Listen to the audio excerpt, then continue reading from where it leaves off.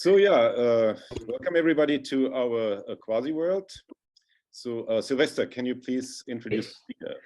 It's a pleasure today to have as our first speaker Toni Ikonen, who does his PhD in Jyväskylä and is currently at a postdoc at the University of Helsinki, and he will tell us about weighted distances on the plane. Please. Thank you. I want to thank the organizers for giving me the opportunity to speak here today. As Sylvester mentioned, the title of the talk is Weighted Distances on the Plane. And this talk is based on a joint work I did with Matthew Romney called Quasiconformal Geometry and Removable Sets for Conformal Mappings, where we observed that this collection of sets, removable sets for conformal mappings that was defined by Alfors and Berling in the 50s, is actually linked to contemporary kind of uniformization problems in the nonsmooth setting. That's the quasi-conformal geometry part. And the structure of the talk is as follows. So we have two sections. So in the first section, I'll give some definitions, introduce you to the setting of basically my PhD thesis under the supervision of Kai Ayala. Give some motivation, kind of why are we interested in this type of uniformization problems, and I'll recall some known results. And then we will actually go to the setting of the paper I did with Romney, and we will go through plenty of examples that will slowly reveal what is going on, and then we will finish by actually seeing the connection between the quasi-conformal geometry and the removability problems. Okay, so the first essential definition is that of a metric surface. So a metric surface has two parts. It has the metric part, so it's a metric space, and we impose two constraints where the first is a topological one. So we require that we are studying a two-manifold without boundary. And the second is more of a geometric constraint, namely the so-called two-dimensional Hausdorff measure is locally finite. In other words, compact sets in the space, a finite two-dimensional Hausdorff measure. Okay, so we have a kind of this second constraint is it tells us that every metric surface has also two-dimensional geometries. This two-dimensional Hausdorff measures required to be locally finite. So the typical example I have in mind when I think about metric surfaces is the following one. So this is the so-called Alexander's Pond sphere. This can be constructed from the usual sphere as follows. So you start to draw these kind of hydra-like heads from stage 1. And at some stage, you cut off the necks of the hydra, and the hydra splits into two parts.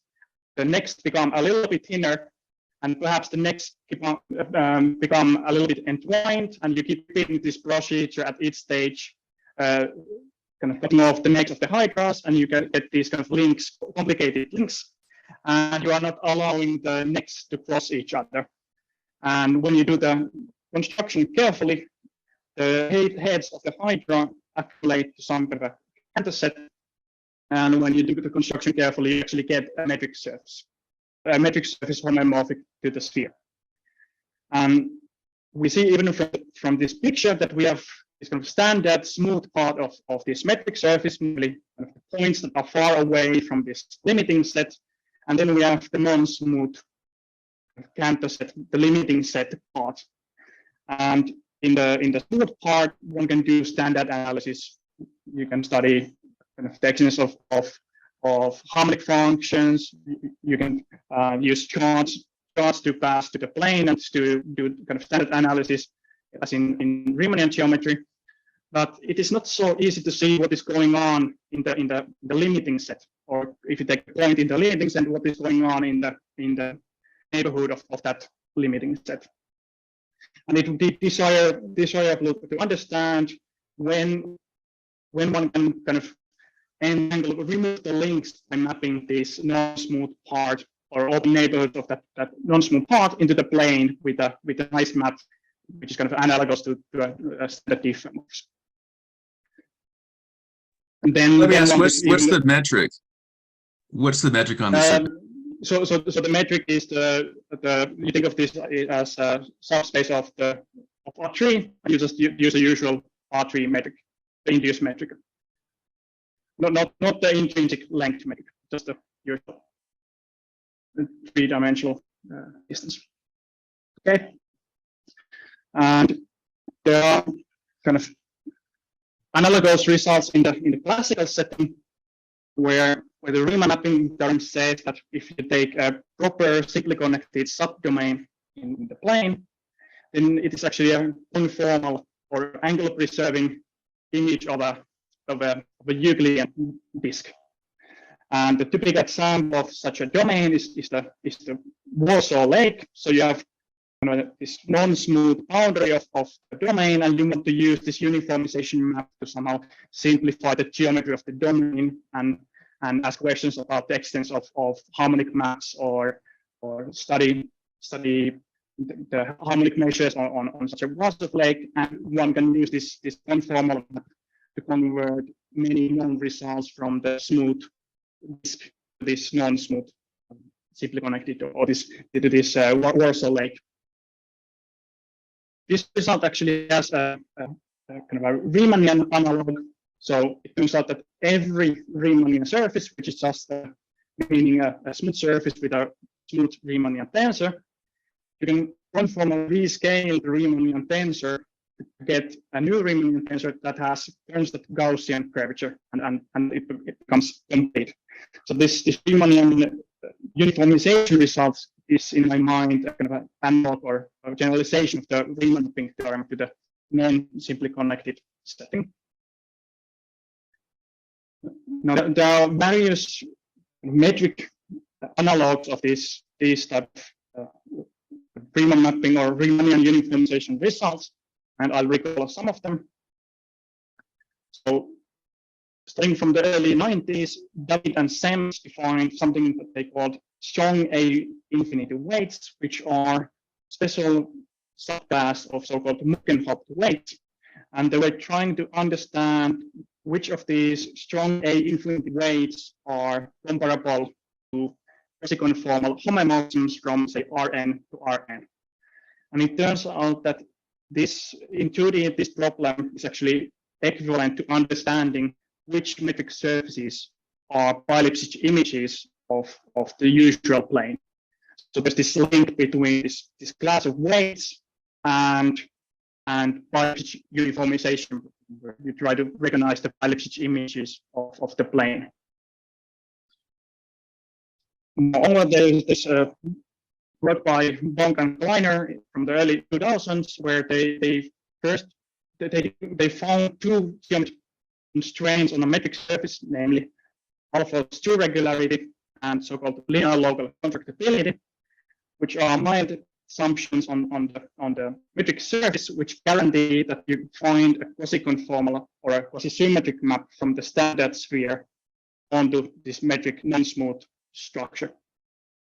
This was later generalized by Ken Wildrick and many of his collaborators to non-simply connected cases, some non-simply connected cases.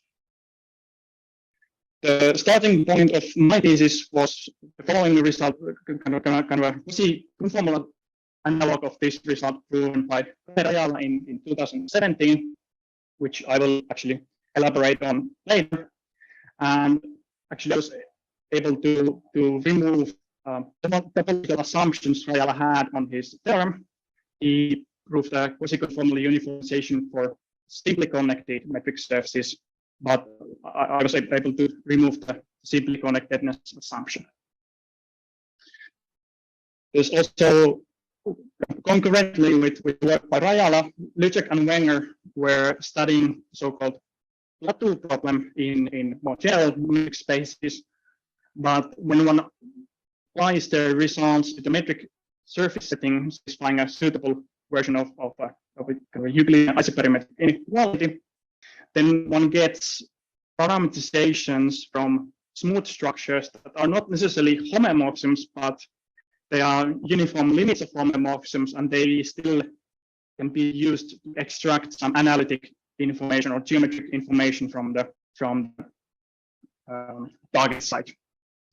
And last year, Meyer and Wenger and Gallant-Pecos and Romney were actually able to prove that every metric surface that is also a length space is actually something called a weakly Quasiconformal image of a smooth structure, or a smooth Riemannian surface. And earlier this year, Gallant-Pecos and Romney were able to remove the length space assumption. And later defining what are Quasiconformal maps and weakly Quasiconformal maps as well.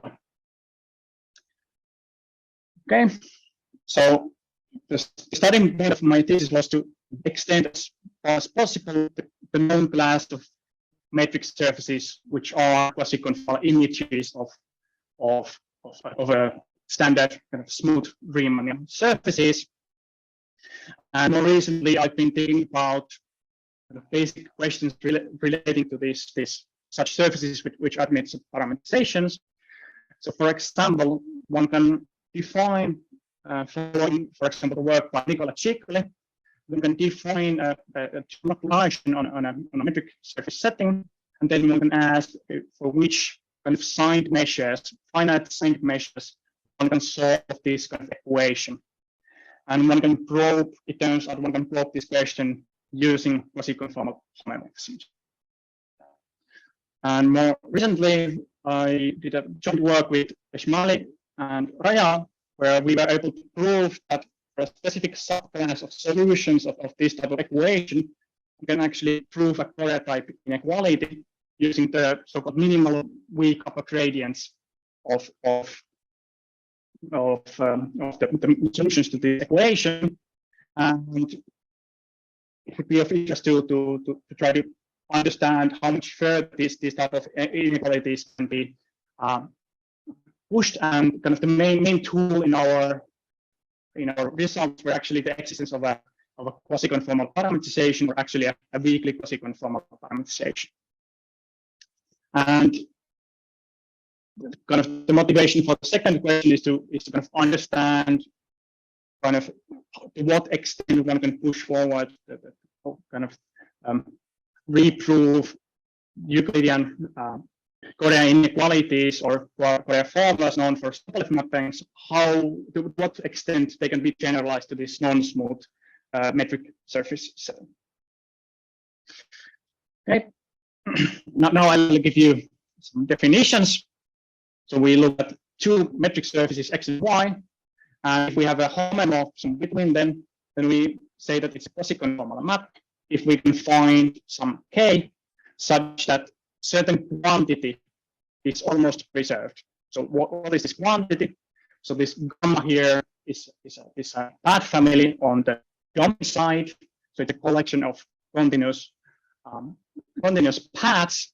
And this modulus is a way to measure the size of path families. This phi gamma is the collection of the image paths, and the Quasiconformality says, okay, the image path family is roughly the same size as the original family. So more precisely, this modulus here is defined as a minimization problem where we are minimizing a suitable L2 integral. So we have some weights row. We are looking at basically the second power of the L2 norm of this row, where this row has to be a specific kind of non-negative Royal function. So it's defined on the whole space, and there's a constraint which says that the weight cannot be too small on the paths that we are studying. And then this one observes that this condition, this so-called admissibility condition, is a convex condition. So this is a convex minimization problem, and one can then say that the Quasiconformal maps quasi-preserve this convex minimization problem. And this class of homeomorphisms, Quasiconformal maps, almost preserve this minimization problem. And I also mentioned this other term called weakly Quasiconformal mappings. So there we relax this definition in two ways. We don't anymore require that our mapping is a homeomorphism, we require that it's a uniform meet of homomorphisms, and we only have this one-sided modulus bound. So this weak quasi-conformality is a relaxation of this definition. And the main thing I've been studying in my thesis is this stronger notion of quasi-conformality, but this weak quasi-conformality will play a role later as well. Okay, so let's go through some examples illustrating for which kind of pad families we can actually compute these numbers and what are kind of the relevant properties for us. So first, I'll define some notation. So we consider a pad family where the pads start at some set E, end at some set F, and whose image lies in some third set Q. So we look at all of the pads that start here, end here, and whose image lies here. So for example, we take the largest set to be a rectangle of some aspect ratio B divided by A, and we look at two pad families. So we'll look at the pads that start from the left-hand side of the rectangle and go to the right-hand side of the rectangle. And we look at all of these paths, and it turns out that one can actually compute explicitly using Frobenius theorem this path modulus, and it is actually the aspect ratio of this rectangle. It depends only on the side lengths of this. And similarly, we can look at a dual problem where we look at all of those paths starting from the bottom of the box and joining to the top of the box, and it turns out that we get the inverse of the previous number. So in particular, one observes that, okay, the product of these two numbers is 1. Okay, so this can be actually pushed a little bit further using the Riemann mapping theorem. So I call a subset of plane, or more generally a metric surface, quadrilateral if there is a homeomorphism from the square onto this set. So the picture you should have in mind is something as follows. When we fix this homeomorphism, it induces a kind of notion of a left-hand side, right-hand side, the bottom and the top on this quadrilateral. And once again, we can look at kind of the two moduli problems, all of the paths joining the left-hand side to the right-hand side inside the quadrilateral. And then once again, compute actually some number, and it turns out that using the Riemann mapping theorem, one can prove that the dual pad family has this inverse size. It's the modulus of the dual problem has it's the inverse of M. Interestingly, this red family, the size of this model is actually related to a certain kind of harmonic function, where you look at all of the functions that are 0 on this left-hand side, 1 on the right-hand side, and you minimize the energy among all sub-F maps that have those boundary values and which are defined on this quadrilateral. And when you minimize the energy of such maps, you actually get the same number. So this modulus problem is actually related to suitable kind of harmonic functions. And one can actually prove a little bit more that when we have this, when we observe that once again we have this duality principle at play, one can actually prove that if this modulus principle is known for all quadrilaterals, one can use this to prove the Riemann mapping theorem, and vice versa. If you know the Riemann mapping theorem, one can prove this for all quadrilaterals. So this is somehow a kind of an interesting principle of the geometry of the plane. Second modulus example that is relevant for us is the following, where we fix some point in the plane and we look at two radii, and we look at all of the paths joining the smaller ball to the complement of the larger ball inside the plane.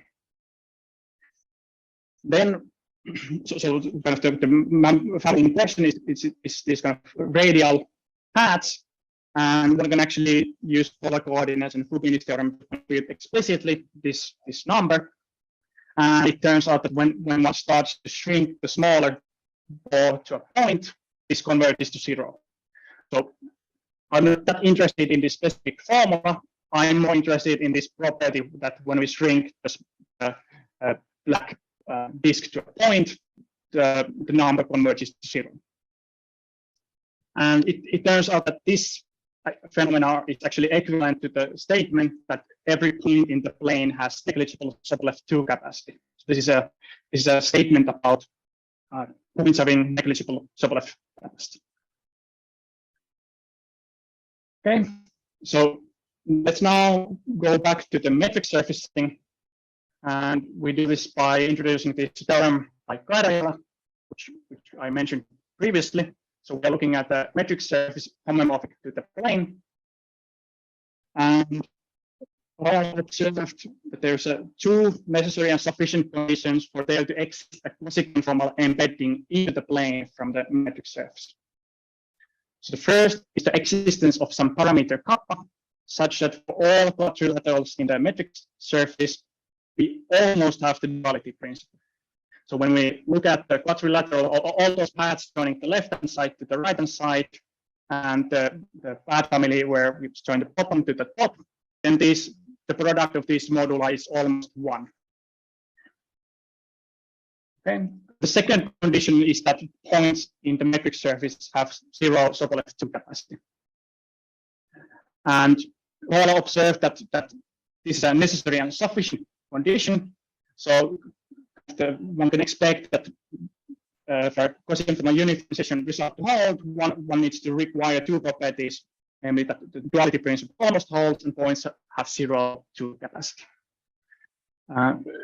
It follows from a work by Duntitled and Romney earlier this year. It turns out one only needs to require this upper bound. And in fact, from this upper bound and their weakly Quasiconformal uniformization result, one can deduce that this second condition holds. This is not a trivial result. And it turns out that one also, it flows from a work by Rell and Romney that this lower bound also works in any metric surface, and Sylvester and collaborators were actually able to prove this sharp lower bound in any metric surface. Okay, so what is then a definition of a quasi-conformal surface? So a metric surface is a quasi-conformal surface if it can be covered by open sets which can be embedded into the plane. So basically, if Rajala's condition holds locally in our space, we call the space a quasi-conformal surface. So what are some typical examples of quasi-conformal surfaces? So for example, Riemannian surfaces. So this is a good thing to check. We're going to also look at Inslerian surfaces, or kind of the plane with any norm. We're going to look at metric surfaces with an atlas bi-elliptic maps or quasi-conformal maps.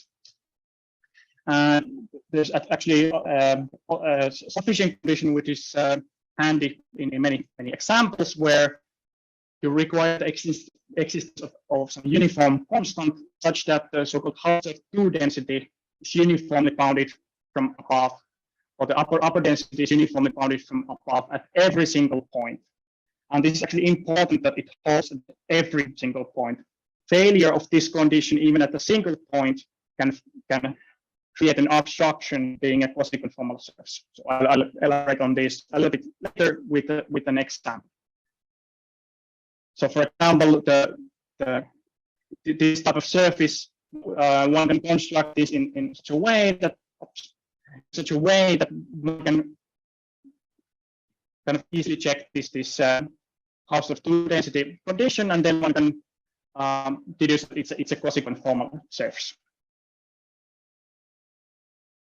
And then I proved a couple of years back, published earlier this year, that for every quasi-conformal surface, one can find a Riemannian surface and a pi/2 quasi-conformal parameterization from the smooth object onto the quasi-conformal surface. So this is like a kind of a local to global type result, and this pi/2 factor follows from earlier work by Matthew Romney, and it is actually sharp. So one can take, for example, the plane with the supremum norm, and one can prove that this one cannot do any better. And in fact, the identity map satisfies this kind of its priority to Quasiconformal. And kind of the point of this result is to know that, okay, real condition, one only needs to look at the local geometry of the space to understand that whether Real's condition holds or fails in a given metric surface. So that's kind of what motivation in doing this type of result. And there's a kind of a vague question that part of this challenge is to make this formal. So Real's result was a global condition. Then with this theorem, you see it's a local. The kind of the definition of conformal surface is a local one. Is there actually a way to check on a point-wise level whether we have a quasi-conformal surface? How much further can this quasi-conformal surface definition be pushed? And it's part of the challenge is making this question precise. And there are some relation to the two Laplace equation that I alluded to earlier. And there are kind of potential analysis approaches one take to trying to define a point-wise variant of this reciprocality condition. Now we actually move to the setting of the paper I did with Matthew Romney. So I'll define admissible weights, which are kind of non-negative maps which different the whole plane, and it is called admissible if it has three further geometric properties. So first, it is locally bounded. Second condition is a kind of a topological constraint that it's lower semicontinuous, and the third condition is a constraint on the zero level set of the weight, namely the zero level set is compact and its complement is connected. In later slides with examples, I will illustrate the roles of each of these assumptions.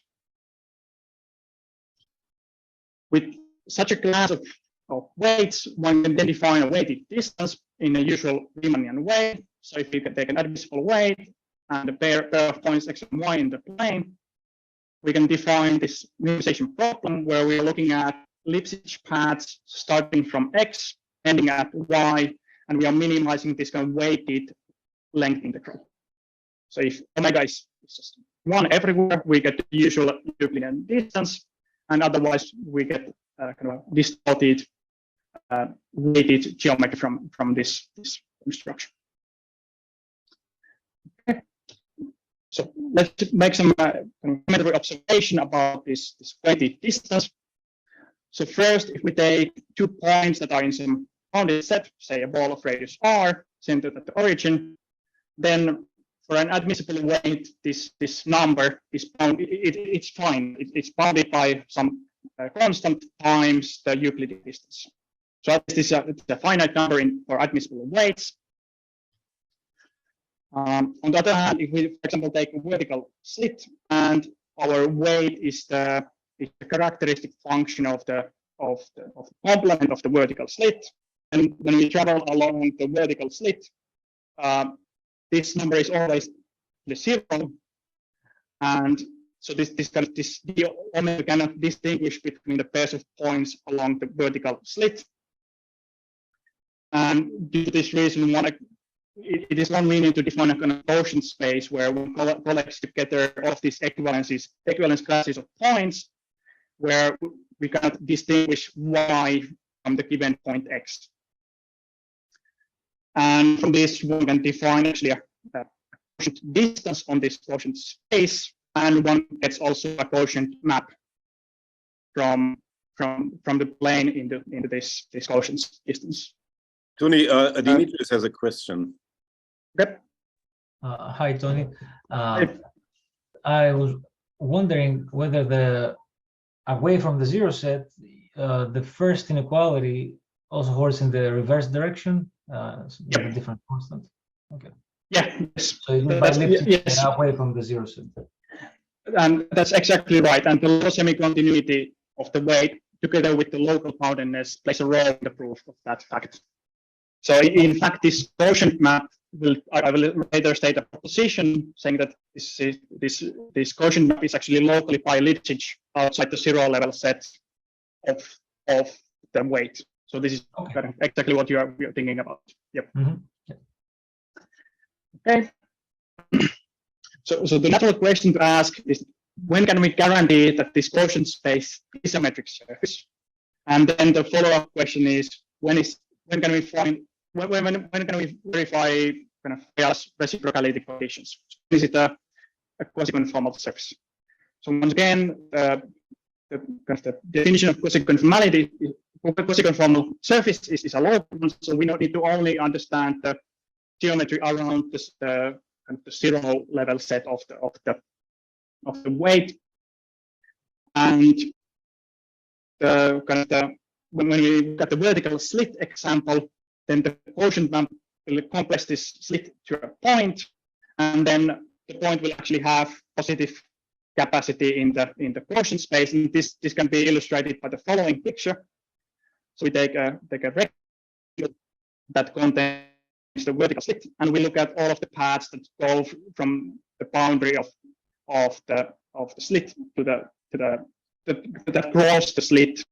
And it turns out that when you look at all of these paths, they will after taking the quotient, they will all be paths that start from the boundary and go to this collapsed slit. And then we actually prove that this will have positive. This family will have positive modulus, and one deduces from this that this quotient slit will have a positive capacity. And this is an obstruction to one of Weyer's conditions, and so x omega is not a quasi-conformal surface. We see from this example that since we only collapse the vertical slit and nothing else happens outside, that this is definitely homeomorphic to the plane, and it's actually a metric surface, but still we have an obstruction to the quasi-conformal surface property. So let's try to figure out what is actually going on in this example. So just to reiterate the vertical slit example, we don't get a quasi-conformal surface. Then on the other hand, if we look at a unit circle, then the zero level set of the weight is the unit circle, which separates the plane into two components. So this is not an admissible weight. Then what is the reason?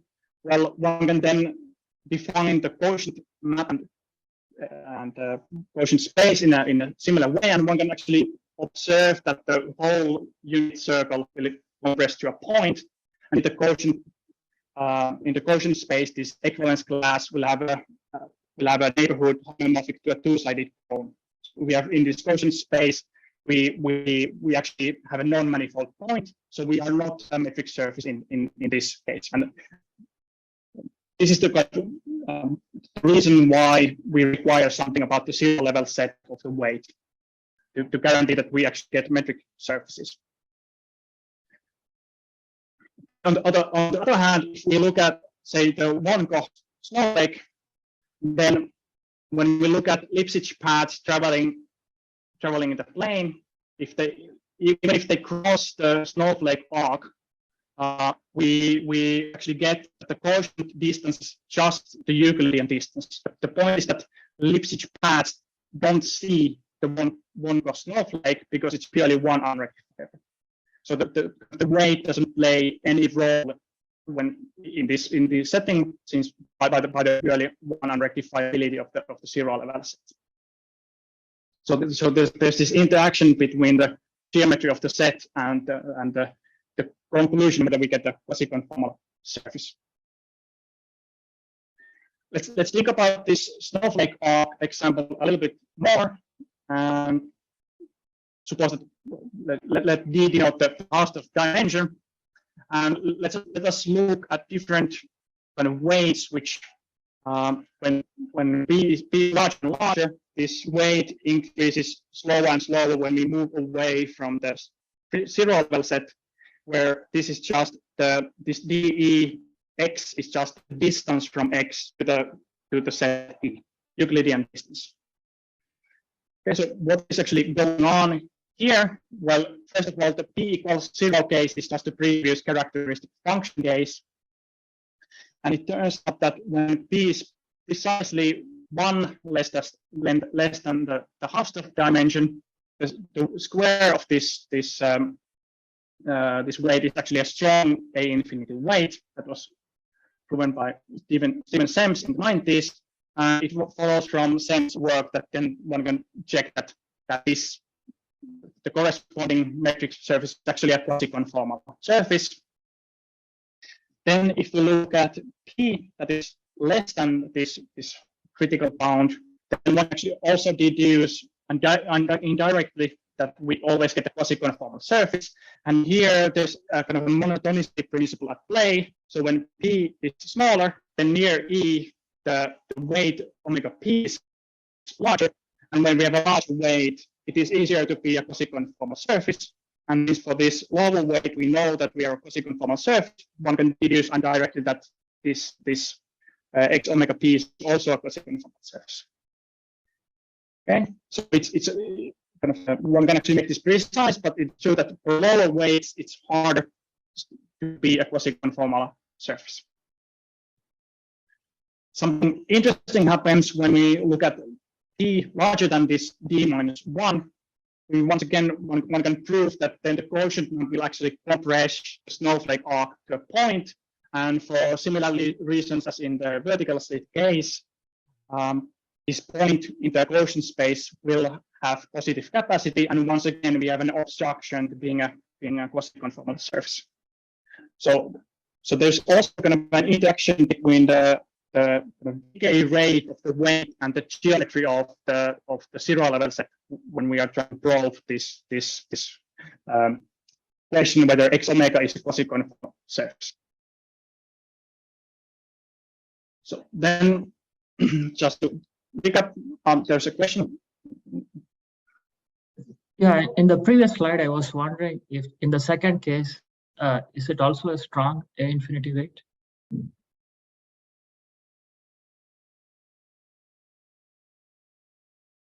That's a good question. Yeah, I don't actually know the answer to that question. Yeah, it would also be, it would correspond to, I think, a snowflake version of that. Yeah. Right. Yeah, it would also be. Yep. So that's another way to deduce that, I guess, that it becomes a quasi-conformal surface. Yep. Okay, thank you. And but this still even for more general pairs of weights, if you have a larger weight and a smaller weight, if the smaller weight defines a quasi-conformal surface, then also the larger weight will define a quasi-conformal surface. But as your question points out, okay, we can use Semmes' work to define to deduce this indirectly as well.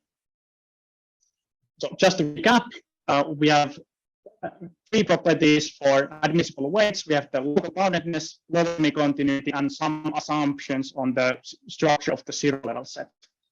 And now I'll state a proposition that goes back to Dimitrios' question. So if you have an admissible weight, then one can say something about the quotient map. So it is always a locally Lipschitz map, as we basically saw many slides ago already. Now this comes to the Dimitrios point that it is actually a locally bi-Lipschitz map in the complement of the zero level set, and the lowest semi-continuity is important to be able to deduce this. And this quotient map actually has important topological properties that when we take the pre-image of a point, it is actually a compact and connected set in the plane. And one can actually prove that it is actually weakly one-quasi-conformal. So it satisfies this one-sided Modulus inequality, and it is actually a uniform limit of homeomorphisms. And this uniform limit of homeomorphisms follows from this monotonicity principle. So it follows from the so-called More's decomposition theorem that then these X omega are actually homomorphic. These Gaussian spaces are homomorphic to the plane, and from the local Lipschitz property one deduces that the two-dimensional house of measure is actually locally finite, so we indeed have metric surfaces. And the follow-up question is, okay, what about Ayala's duality conditions? Here we state a second proposition, which says that we only need to care about the quotient map. So it turns out that this X omega is a quasiconformal surface precisely when the quotient map is a homeomorphism, and it preserves the moduli of path families. So when we are trying to understand the structure of X omega, we only need to care about the structure or the properties of the quotient map. And it turns out that the lower semicontinuity of omega actually plays a subtle role in this equality here. I'm not going to go into that. So kind of the punchline is that X omega is a quasiconformal surface if and only if we have no compression, and that this pi omega is quasiconformal. So then let's go through some examples. Let's look at an admissible weight. So if for example, E is a fat Cantor set, meaning a Cantor set with positive area, then one can prove that this even though this quotient map is actually a homeomorphism in this case, it cannot preserve the modulus of path families. One can prove this, for example, by taking a Lebesgue density point of the fat Cantor set and looking at the square with center and whose side length is r, and starting to shrink the radius r to 0. And when you look at when you try to verify Ayala's duality principle for those kind of the corresponding rectangles in the quotient space, you actually break the duality upper bound at these specific squares. So one can deduce that this quotient map is never one quasiconformal map. And we also observed previously that if we have had the snowflake arc, the conclusion that X omega is a quasiconformal surface depended on the specific properties of the weight we were studying. So this is kind of a typical behavior. And it turns out that when we were kind of trying to figure out with Romney what is the most general theorem we can prove, kind of what is the kind of natural assumptions on the zero level set of the weights, to get that this X omega is always a quasiconformal surface. The first condition we stumbled upon is so-called purely one unrectifiability, and the H1 measure of the set E being finite. And this actually, such sets are actually related to a certain kind of removability question. And we were at some point thinking that probably this is the most the largest kind of class of zero level sets where the conclusion that X omega is always a quasiconformal surface holds. But then luckily we discovered from a paper by Heinonen and Koskela a type of porosity result that kind of was the key to understanding what is actually going on. So let's consider E for which we have some parameter lambda such that whenever we fix a point in the set, there is some sequence of scales converging to 0, such that these thick annuli do not intersect the set E. So we can sort of we can find a sequence of scales where this large enough annuli do not intersect the set E, while still being centered at the given point. And one can prove basically by hand that the quotient map is actually a quasiconformal homeomorphism in this case, and whatever the weight happens to be.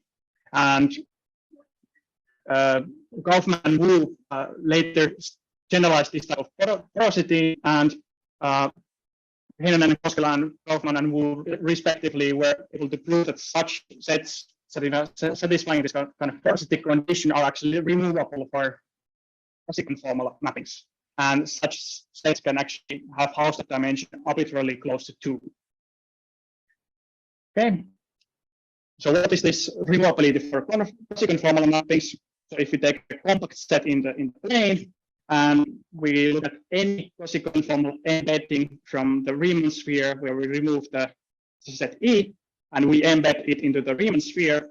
If every such quasi-conformal embedding is the restriction of a quasi-conformal homeomorphism, then we say that this set is removable for quasi-conformal mappings. So when you drop out the quasi in the definition, this was defined by Alfors and Berling, but basically due to Slaughter factorization, the quasi in the definition is not that important.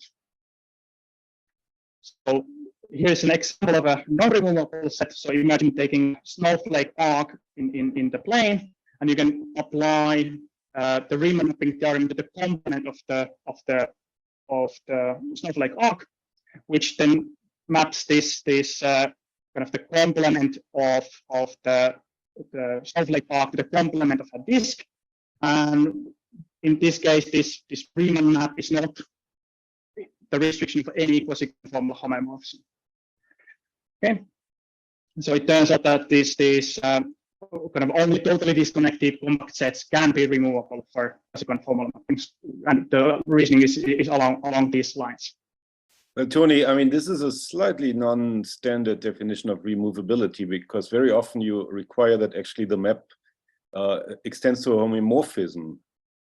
Yeah. So there's a notion of quasi-conformal removability, which is exactly what you are alluding to.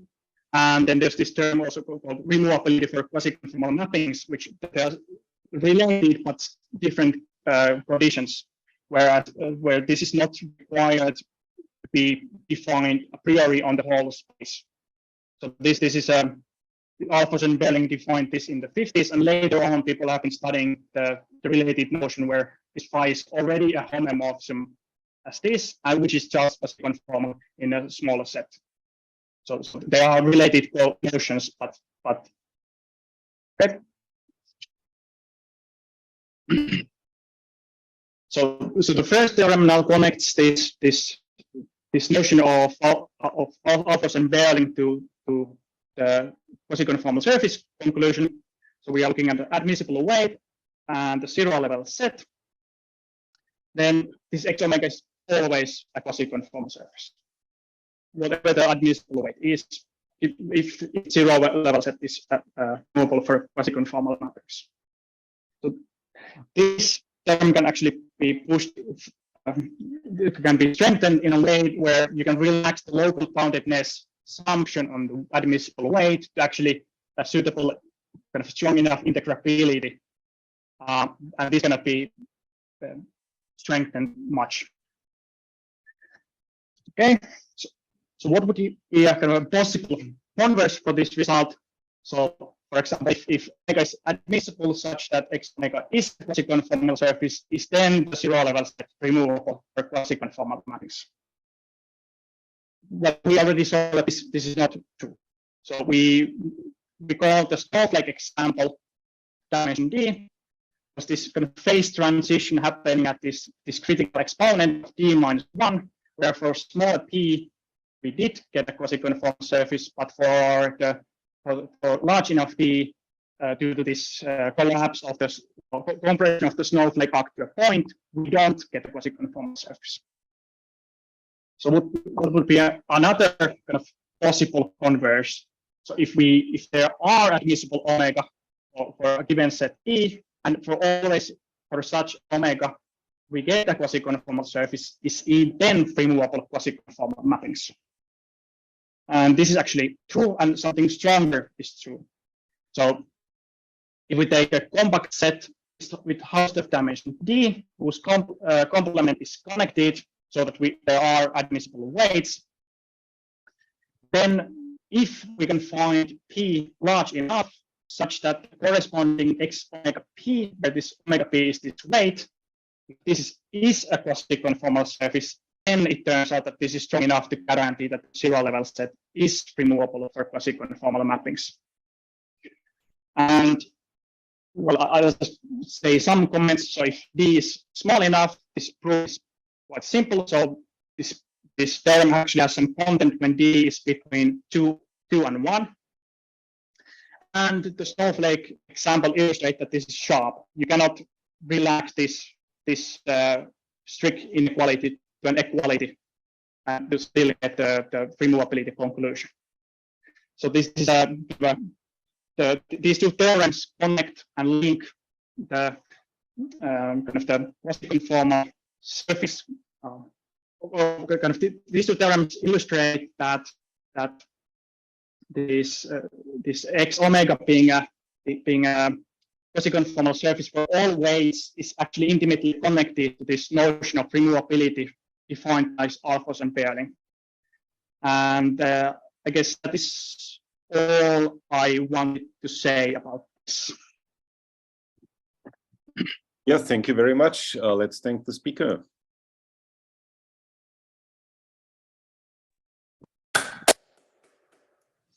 Are there comments or questions?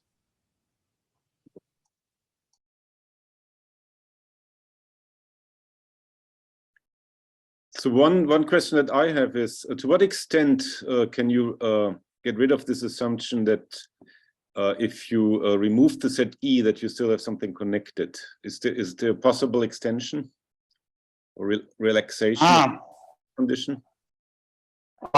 You mean the complement of E being connected? Yeah, I mean this is one of your standing assumptions, right? So can you possibly weaken this? Yeah, it's actually very interesting. There are interesting examples by Laakso and Bishop respectively, where they have this, I don't know if it's called Laakso necklace, where the weight, it would be of interest to understand sets E where the complement of the zero level set is infinitely connected. And it would be very interesting to understand how this can be relaxed, but I think, let me think about this. For example, for the lot necklace type example, one can still prove similar result as here. And so it can be extended somewhat, at least this type of proposition can be extended to when we relax the connectivity of the complement. But then to getting this kind of equivalence, that's one would then need to define what is meant by the removability for Quasiconformal mappings in this context, because it falls from this type of basically due to it's work due to alphas and Berling that the complement of removable set for Quasiconformal mappings is always connected. In the proof of this theorem, we actually, I believe we use the fact that the complement is connected. I mean, you of course immediately run into some topological difficulties, right? I mean, if the whole set, yeah, for example, with the circle, yeah, then you don't get a. Yeah, so then one has to be a little bit more careful on like for example in the snowflake case, when we don't go over this critical exponent where this phase transition happens with the compression, then one could try to study those kind of weights, and then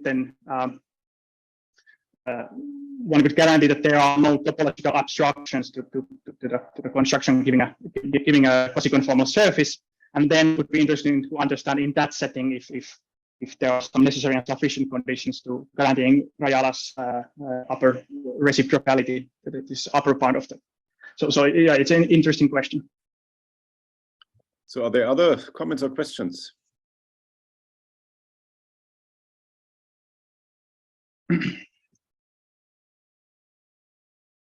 Well, if not, then let's thank the speaker again.